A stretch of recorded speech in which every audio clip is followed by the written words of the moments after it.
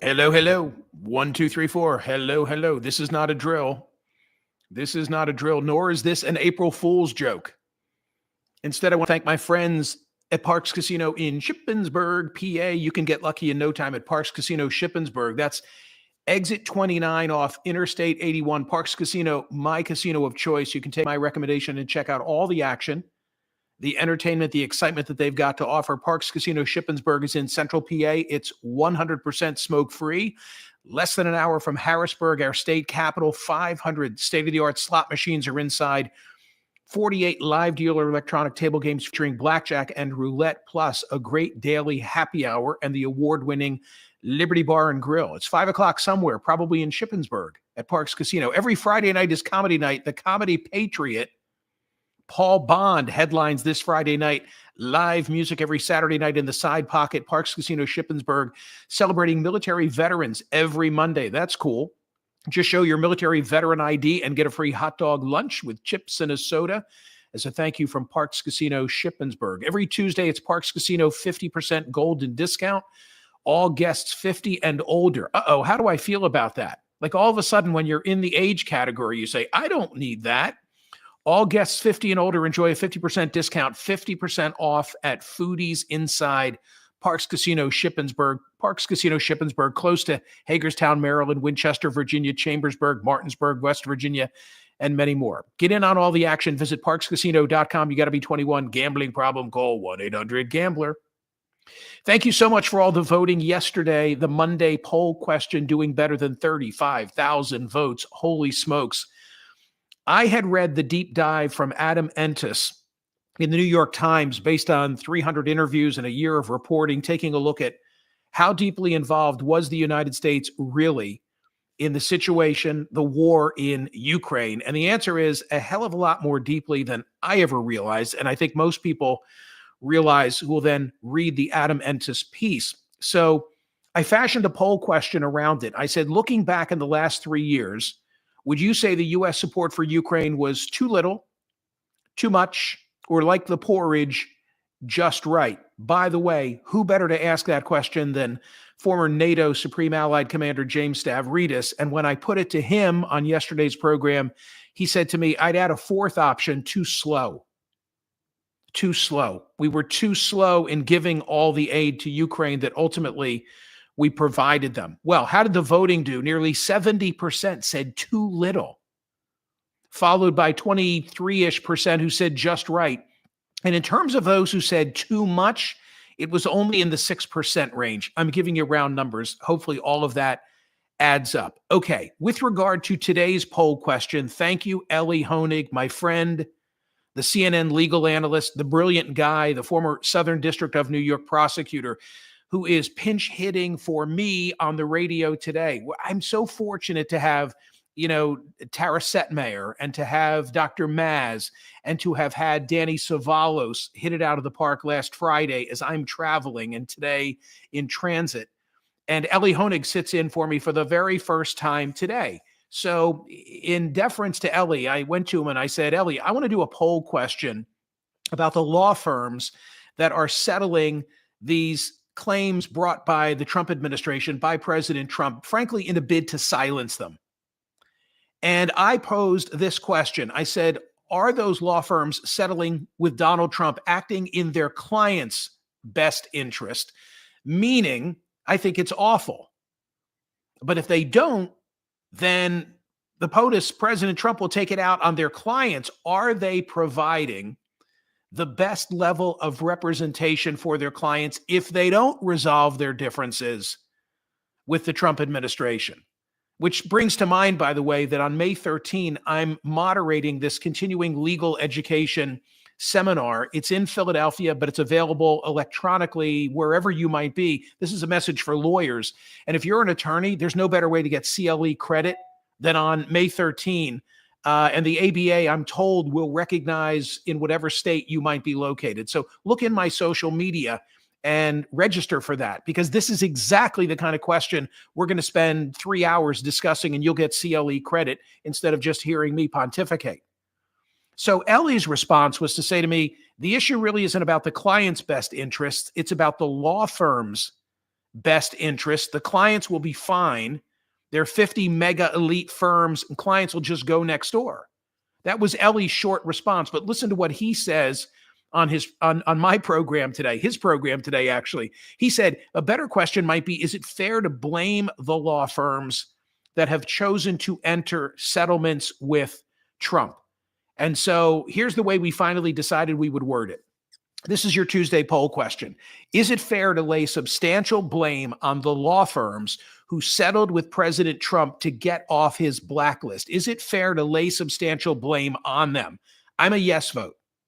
You'll have to listen to Ellie to find out which way he's going. But this issue is part of a bigger pattern here of the administration, bigfooting and stifling dissent, not only with law firms, but also with media outlets. The way in which ABC settled their case brought because George Stephanopoulos regarded Trump as a rapist went on that jury verdict slip. It flatly made clear that in the eyes of the law, forget what the judge said, that was not the holding of the jury. But should they have settled? And the other big one that's looming is CBS. And apparently there's, dissent within CBS as to whether they should resolve their case with Donald Trump. So it's the law firms, it's the media, it's also these student protesters. From the Associated Press yesterday, and I had this in the Monday newsletter, the executive order directed at one of the country's most prestigious law firms followed a well-worn playbook as President Trump roared down the road of retribution. Do you remember? I will be your retribution. Weren't those the words that he said? Reaching beyond government, Trump has set out to impose his will across a broad swath of American life, from individuals who have drawn his ire to institutions known for their own flexes of power and intimidation.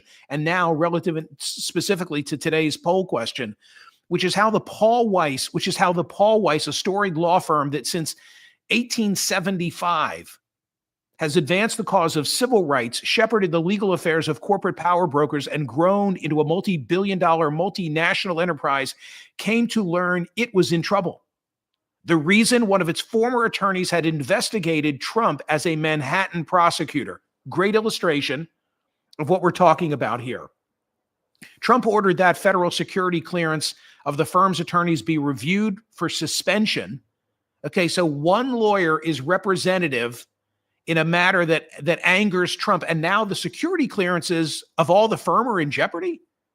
Federal contracts terminated and employee access to federal buildings restricted. Can you imagine you're a lawyer? And now, because of his pettiness with one attorney, you're threatened with access to the courthouse? How are you going to earn a living? After a White House meeting with the firm's chair yielded a series of commitments, including $40 million worth of legal work in support of administrative causes, the executive order was rescinded, but not without a backlash from a legal community that saw the resolution as capitulation. The episode showed not only Trump's use of the power of the presidency to police dissent and punish adversaries, but also his success in extracting concessions from law firms, academia, Silicon Valley, and corporate boardrooms.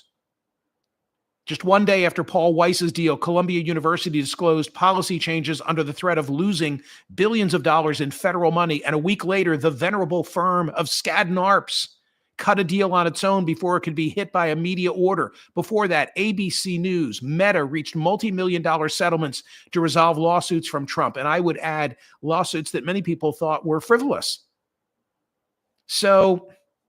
Oh, and in this ABC story, they do say, it's funny, I just thought of this further along. They do say he telegraphed this approach during the campaign. For those of you who have been wronged and betrayed, I am your retribution. My friend, the law professor and trial lawyer, Shane Inspector, is critical. He's among those who are critical of those firms that have folded. And he wrote a piece on LinkedIn. I'm not sure why he didn't write it for smirconish.com, but okay. And he listed 10 points that he thought were salient here. One being, you can't make a good deal with a bad person, as Warren Buffett said. I didn't know that Warren Buffett said that, but it's a great quote. Negotiating with President Trump is not a sensible path because he can't be trusted in a negotiation, in deal statement or deal execution. What else did Shane say? Yeah, he said, Shannon says, it's unethical for a lawyer to agree to limit their practice, but that's what the firm has appeared to do here. He also says, no deal is better than a bad deal, aka do no harm. Sure, Paul Weiss was facing an order removing their security clearances and access to federal buildings. And yes, that would be bad for their clients, but they had better options such as suing, which is what Perkins has done, Jenner has done, Wilmer has successfully done. And then Shannon said, and this you could tell from my comments already, this is where I'm coming from. We lawyers are the backbone of the rule of law and democracy. The deal terms and its execution must be true to those principles. And then finally, he said, tomorrow is more important than yesterday. Paul Weiss has revealed a glass jaw. That predicts a poor outcome for them in future fights. Their capitulation emboldens President Trump to threaten other law firms, as he's now successfully done with Skadden. Big law needs to stand together or perish separately, and we who aren't big law need to stand with them. David Enrich, writing at the New York Times, taking a similar approach. It's a cornerstone of American democracy enshrined in the First Amendment of the Constitution. People have the right to challenge the actions of their leaders. Countless citizens, companies, and others have exercised that right by filing lawsuits against the U.S. government. This has been happening for more than 200 years, but the barrage of at least 150 lawsuits against the Trump administration, challenging many of its policies and personnel decisions, is perhaps unmatched in U.S. history. And in dozens of cases, judges have ordered the administration to pause or reverse actions at the heart of the president's agenda. Trump and his administration lawyers are fighting in court, but they are also pursuing a much more ambitious and consequential goal: deterring lawyers from suing the administration in the first place. And then he goes on to talk about the recent executive orders that I've already summarized. The Tuesday poll question is this: is it fair to lay substantial blame on the law firms who settled with President Trump to get off of his blacklist? And I say yes, because they're the best equipped to fight back. If not law firms, who's going to backstop against presidential overreach? The universities might have no choice. The student protesters might have no choice. The media outlets maybe don't have a choice. But the law firms can and must stand and fight. Because if they don't, no one else will. If everybody else is robbed of legal representation, then nobody can stand as a check against this administration, which makes it a great poll question. Listen to my friend Ellie. He may tell you something different, and he's a pretty damn good advocate, isn't he? Ladies and gentlemen, vote on the Tuesday poll question. Like and subscribe, and set yourself up for notifications so that anytime that the Spirit moves me and I'm talking about the poll question or something else, you'll be notified. Thank you.